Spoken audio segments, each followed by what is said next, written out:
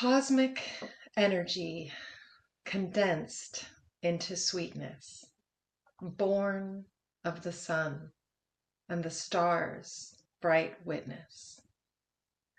The light of life itself, now golden and flowing, liquid honey formed through a mystery of knowing, transformed and alchemized from solar plasma flame, carried through creation with many a sacred name. The plants receive these codes as nourishment from source, drinking in the sunlight to fulfill their living course. Flowers then awaken, their nectar rising free, offering nature's abundance to the wisdom of the bee.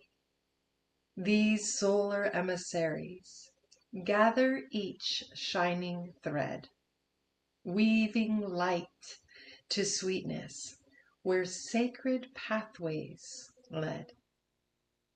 They remind us softly how all things speak in signs. The spirit moves through matter, through patterns and designs. Honey is stored sunlight, held in amber grace, a living gift of alchemy from earth and cosmic space.